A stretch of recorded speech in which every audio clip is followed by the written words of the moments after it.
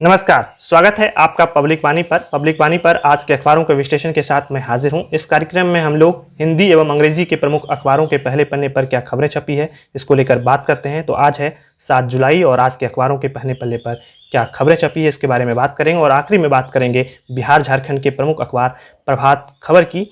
प्रभात खबर के पटना संस्करण में क्या खबरें छपी है उसके बारे में भी बात करेंगे। तो आज के सभी अखबारों की जो प्रमुख सुर्खियां हैं, जो हेडलाइन है, वो है मोदी कैबिनेट के विस्तार से संबंधित है। तो चलिए शुरुआत करते हैं दैनिक जागरण के पहले पन्ने पर क्या खबरें छपी है।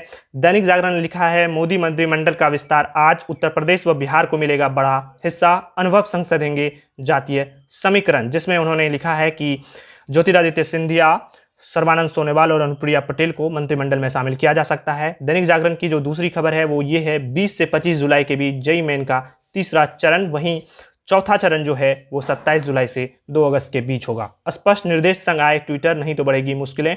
जो ट्विटर जो है आईटी एक्ट को जो नहीं मान रहा है उसको लेकर दिल्ली हाईकोर्ट ने जो स्पष्ट निर्देश लेकर, स्पष्ट जवाब लेकर ट्विटर को आने को कहा है। ये खबरें हैं दैनिक जागरण पर। दलाई लामा को मोदी ने दी जन्मतिथि की शुभकामनाएं। दलाई लामा को प्रधानमंत्री मोदी ने उनके जन्मदिवस पर बधाई दी है और ये चीन के साथ कूटनीतिक रिश्ते को लेकर जो है एक बड़ा कदम माना जा रहा है। नहीं माने तो कोरोना प्रतिबंधों में ढील वापस ले लेंगे, ऐसा कहना है केंद्र सरकार का।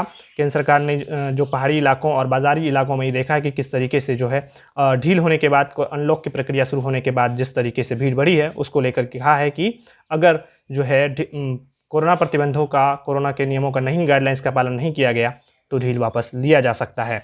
ये है दैनिक जागरण के अखबारों की पहली पन्ने पर जो खबरें हैं। अब बात करते हैं दैनिक भास्कर अखबार की। दैनिक भास्कर ने भी जो है मोदी कैबिनेट विस्तार के संबंध में ही हेडलाइन बनाया है। दैनिक भास्कर ने लिखा है कैबिनेट विस्तार आज, नज़र चुनाव पर, दांव युवाओं और विशेषज्ञों पर। तो ये है दैनिक भास्कर की हेडलाइन। दैनिक भास्कर ने अपने पहले पन्ने पर जो राष्ट्रीय खबरों में जगह दी है वो दी है जम्मू कश्मीर में परिसीमन आयोग ने चर्चा शुरू की, पीडीपी एनसी ने बनाई दूरी, ट्विटर को कोई संरक्षण नहीं, सरकार कार्रवाई के लिए स्वतंत्र, ऐसा हाईकोर्ट ने कहा है, दिल्ली हाईकोर्ट ने। और यही दैनिक भास्कर ने आज के अखबारों में अपने पहले पन्ने पर जगह दी है। दैनिक भास्कर ने साथ ही साथ एक और खबर को जगह दी है अपने पहले पन्ने पर, वो है अपने दूसरे पहले पन्ने पर जो है जगह दिया है वो है पिछले 7 दिनों में टीके 32% कम लगे, इस माह टीकाकरण की रफ्तार बढ़ने की उम्मीद भी कम। देश में 21 जून के बाद 7 दिन में 4.13 करोड़ टीके लगे, फिर अगले 7 दिन में महज 2.82 करोड़ लगे। तो ये कहना है दैनिक भास्कर का। अब बात करते हैं हिंदुस्तान अखबार की। हिंदुस्तान अखबार ने अपने पहले पन्ने पर किन किन खबरों को जगह दी है। हिंदुस्तान ने भी आज मोदी कैबिनेट के विस्तार से संबंधित खबर को ही हेडलाइन बनाया है। हिंदुस्तान ने लिखा है मोदी मंत्रिमंडल का विस्तार आज, नए चेहरों पर नजर। हिंदुस्तान की दूसरी खबर है सुनवाई, ट्विटर ने नियमों का पालन न करने की बात कबूली। दरअसल जो ट्विटर के मामले पर जो सुनवाई चल रही है दिल्ली हाईकोर्ट में, उस पर ये हेडलाइन है। तीसरी खबर है तीसरे चरण की जेईई परीक्षाएं 20 जुलाई से। जेईई की परीक्षाएं जो तीसरे चरण की है वो 20 जुलाई से होगी, ये भी खबर है। अगली खबर है सरकार भर्ती के लिए पहली सीईटी अगले साल होगी। जो सीईटी की परीक्षा, जो सरकार ने एक नया परीक्षा लागू किया था सरकारी नौकरी के लिए, वो जो दरअसल इसी साल होना था, लेकिन कोरोना के चलते इस साल नहीं होकर अब अगले साल से दरअसल ये परीक्षा होगी।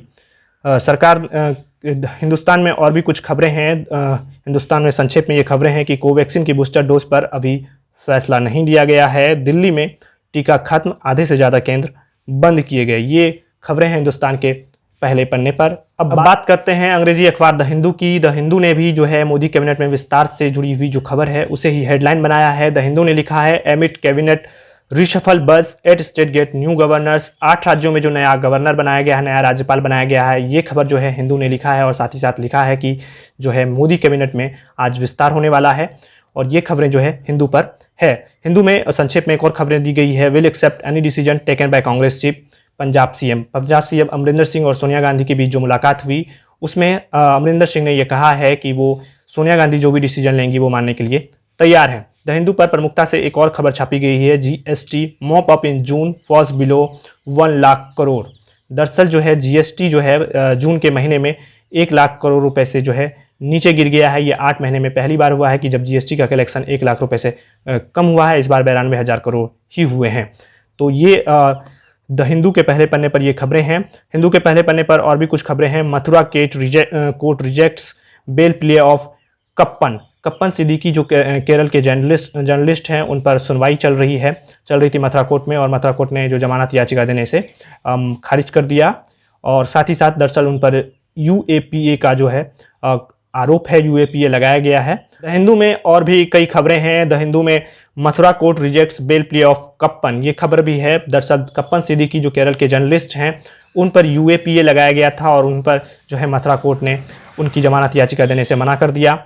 संक्षेप में और भी खबरें हैं। Delhi SC raps Twitter over officer posting, दरअसल शिकायत अधिकारी नियुक्त करने को भी कहा है दिल्ली हाई कोर्ट ने ट्विटर को। ये खबरें भी द हिंदू में, जैसे कि मैंने आपको हिंदी के अखबार में पहले ही बताया था कि ट्विटर जो नए IT रूल्स हैं, जो ट्विटर नहीं मानने की बात कर रहा है, जो शिकायत अधिकारी और जो ट्विटर और सरकार के बीच जो लड़ाई चल रही है वो अब हाई कोर्ट में है, और उसी पर दरअसल ये खबर है। Release Bhima Koregaon case, accused UN body ने कहा है, UN की जो मानवाधिकार जो यूनिट है उन्होंने ये कहा है कि भीमा कोरेगांव केस के जो एक्यूज्ड हैं, जो आरोपी हैं, उन्हें जो है रिलीज कर दिया जाए। ये खबर है। Leaders urge Kovind to act on father Swamy death, जो फादर स्वामी जो डेथ किए कल, उनका जो निधन हुआ था परसों, वो खबर जो भी है उन पर विपक्षी नेताओं ने जो है राष्ट्रपति रामनाथ कोविंद को कहा है कि इस मामले पर जो फादर स्टेन स्वामी को गलत तरीके से फंसाया गया और उनको जिस तरीके से फंसाया गया और उनके साथ जिस तरह से इनह्यूमन एक्टिविटी की गई, अमानवीय व्यवहार किया गया, उन्हें अस्पताल में ही उनकी मृत्यु हो गई, उनको जमानत नहीं दी गई, तो इससे जुड़ी जो है, इस पर जो भी जिम्मेवार हैं उन पर कार्रवाई की जाए, ये विपक्षी नेताओं ने रामनाथ कोविंद से रिक्वेस्ट किया है। तो ये जो है द हिंदू के अखबार के पहले पन्ने पर खबरें हैं।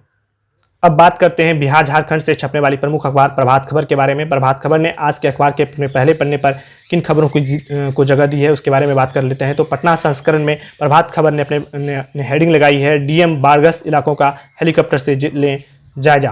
मुख्यमंत्री नीतीश कुमार ने कहा है कि DM जो है बाढ़ग्रस्त इलाकों का हेलीकॉप्टर से जायजा लें। दरअसल बिहार के कई हिस्से में इस वक्त बाढ़ है और इसी को लेकर CM ने DM को निर्देश दिया है। दैनिक प्रभात खबर की और हेडलाइंस हैं जिसमें उन्होंने लिखा है कि तैयारी, शाम 6 बजे राष्ट्रपति भवन में शपथ ग्रहण समारोह, मोदी कैबिनेट का आज होगा विस्तार, युवाओं को तवज्जो, ये खबर भी है। और दूसरी खबर जो है, मदन सहनी जो समाज कल्याण मंत्री हैं, उन्होंने अब कहा है कि अब नहीं है कोई विवाद, नहीं दूंगा इस्तीफा। JEE मेंस की जो परीक्षाएं अब 20 से तीसरे फेज की परीक्षाएं होंगी और 27 जुलाई से चौथे चरण की परीक्षाएं होंगी, ये खबर भी प्रभात खबर पर छपी है। प्रभात खबर ने लिखा है कि बिहार में जो है प्रदेश में अगले 3 दिनों तक उमस व गर्मी से नहीं मिलेगी राहत। केंद्र सरकार ने कहा है कि नौकरियों में भर्ती के लिए 2022 से CET की परीक्षाएं होंगी। हमने आपको पहले ही बताया कि जो CET की जो परीक्षाएं हैं अब तो जो है 2022 में होंगी। संक्षेप में जो खबरें हैं उसमें ये भी लिखा गया है कि रथ यात्रा की जो अनुमति है वो वाली याचिका जो है सुप्रीम कोर्ट में खारिज हो गई है। दरअसल अलग अलग हिस्सों में देश में जगन्नाथ रथ यात्राएँ होती है, लेकिन जगन्नाथपुरी वाली जो रथ यात्रा है उन्हें ही सिर्फ अनुमति मिली है। प्रभात खबर ने एक और खबर जो है विस्तारित रूप से छापा है, उसमें लिखा है कि डीजल के भाव में अंतर, बिहार को हर माह 7 करोड़ से अधिक का नुकसान होता है। दरअसल जो बिहार के सटे इलाके हैं, जो सीमावर्ती इलाके हैं, वहाँ डीजल की कमी के चलते जो है बिहार को इससे नुकसान उठाना पड़ता है। तो ये है आज के अखबारों के पहले पन्ने की खबरें। आपको कैसा लगा हमारा ये कार्यक्रम? हर दिन सुबह 10 बजे से पहले हम हमारे YouTube चैनल और हमारे Facebook पेज पर जो है हम ये कोशिश करते हैं कि हम इस अखबारों के पहले पन्ने का जो विश्लेषण है हम उसे अपलोड कर दें। अगर आपको अच्छा लगता है तो हमारे YouTube चैनल को सब्सक्राइब कर दीजिए, हमारे Facebook पेज को लाइक कर दीजिए और बेल आइकन ज़रूर दबा दीजिएगा ताकि आप तक हमारा वीडियो सबसे पहले पहुंचता रहे। आपका बहुत बहुत धन्यवाद।